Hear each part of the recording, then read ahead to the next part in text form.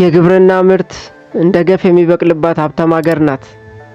ግብርና ከቴክኖሎጂ አብዝታ የምታዘወትር፣ ህዝቦቿ የሥራ ፍቅር ያላቸው፣ ፍጹም ድካም የማይታይባት፣ ጠንካራ የሥራ ባህል ያላት፣ ከኛ ሀገር ጋርም ብዙ ቁርኝነት ያላት ሀገረ ቻይና እንመለከታለን።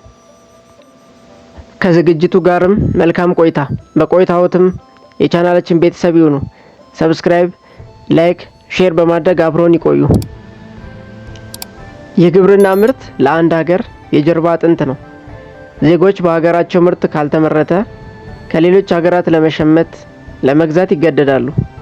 ይህ ደግሞ የዋጋ ንረትን፣ የሌላ ሀገር በእጅ አዙር መገዛትን ያስከትላል። ቻይና ከ1.4 ቢሊዮን በላይ ህዝብ አላት። እንዲህ ብዙ ህዝብ ያላት ሀገር ህዝቦቿን መመገብ ደግሞ በጣም ችግር ነው። ቻይና በዓለም ላይ በግብርና ቴክኖሎጂ ዘርፍ ከፍተኛ ደረጃ ላይ የምትገኝ ሀገር ናት። ከብዙ ህዝቦቿ ጋር ሲነጻጸር የሚታረሰው መሬት ትንሽ ቢሆንም በፈጠራ በቴክኖሎጂ ምክንያት ከፍተኛ የምግብ ምርት ማስመዝገብ ችላለች። ይህንን ቪዲዮ ከመጀመሪያው በፊት ላይክ፣ ሼር፣ ሰብስክራይብ በማድረግ እንዲያበረታቱኝ ከጎኔ እንዲቆሙ ጠይቃለሁ።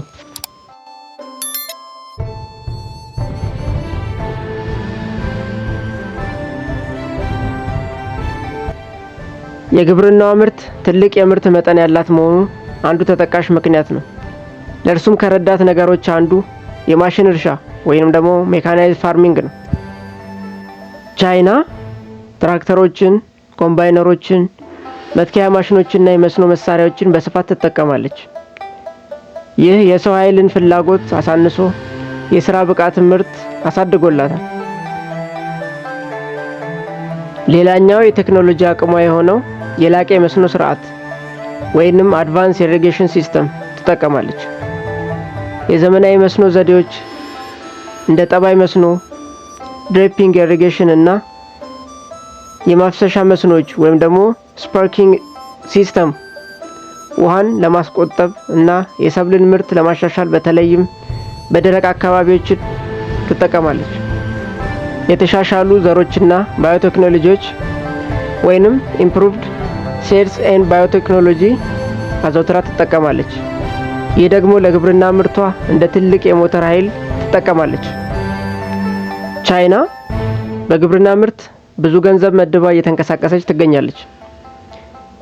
የተዳቀሉ ወይም ሃይብሪድ ዘሮችን፣ በጄኔቲክ የተሻሻሉ ሰብሎችና በሽታ የሚቋቋሙ ተክሎች ምርትን ያሳድጋሉና የሰብልን ኪሳራ ይቀንሳሉ በሚል እነዚህ ላይ ተጨንቃ ትሰራለች።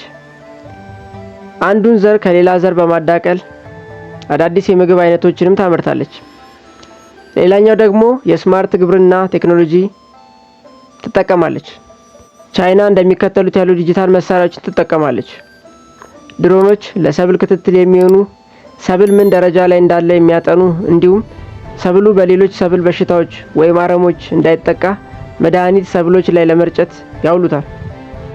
የአፈር እርጥበትና ሙቀት ለመለካት ሴንሰሮች በመጠቀም እንዲሁም ኮምፒውተሮች መቼና ምን ያህል መጠቀም እንደሚገባቸው ይወስናሉ። የሳተላይት መረጃ ኤአይ የአየር ሁኔታን በመተንበይ እና እርሻን በማስተዳደር የስማርት ግብርና ዲጂታል ቴክኖሎጂን ትጠቀማለች።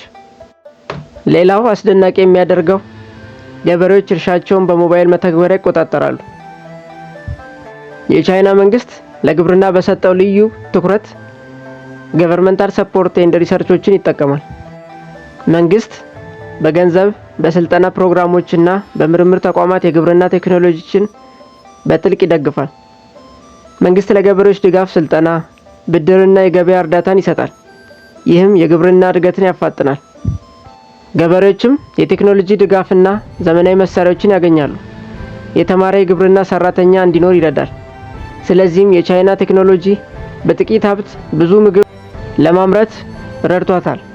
ቻይና ትልቅ ህዝብ ስላላት በግብርናው ዘርፍ የሚሰሩ ሰዎች ብዙ ናቸው። ይህም ምርት እንዲጨምር አግዟታል። ሌላኛው የቻይና አስደናቂ የግብርና ቴክኖሎጂ ደግሞ ግሪን ሃውስ እርሻ ነው። ይህ ግሪን ሃውስ የተሰኘው የእርሻ መኖሪያ ሰብሎች ዓመቱን ሙሉ ይመረቱበታል። ሙቀትና እርጥበትን በራሱ ይቆጣጠራል። የአየር ንብረት ለውጥንም ይጠብቃል። ቻይና በዓለም ላይ ካሉ ትላልቅ የግሪን ሃውስ እርሻዎች በዋነኝነት የምትጠቀስ ሀገር ናት። በሀገሯ ውስጥም ብዙ ግሪን ሃውሶች አሉ። እነዚህ ግሪን ሃውሶች እጅግ ለእይታ የሚማርኩ፣ የራሳቸው ሙቀት መቆጣጠሪያ ያላቸው፣ የፀሐይ ኃይል መስጫ ያላቸው፣ በትንሽ ቦታ ብዙ ሰብሎችን መያዝ የቻለ የቻይና ድንቅ የፈጠራ ውጤት ያደርገዋል። የቻይና ስኬት ዘመናዊ ቴክኖሎጂ ግብርናን መቀየር እንደሚቻል ያሳያል። ስማርት እርሻ የወደፊት ነገር ብቻ አይደለም፣ አሁን እየተፈጠረ ያለ አስደማሚ ቴክኖሎጂ ውጤት ነው እንጂ። ስለተከታተላችሁኝ አመሰግናለሁ። ቪዲዮውን ከወደዳችሁት ላይክ፣ ሼር እንዲሁም ሰብስክራይብ እንዳይረሳ። አብሮን ስለቆዩ እናመሰግናለን።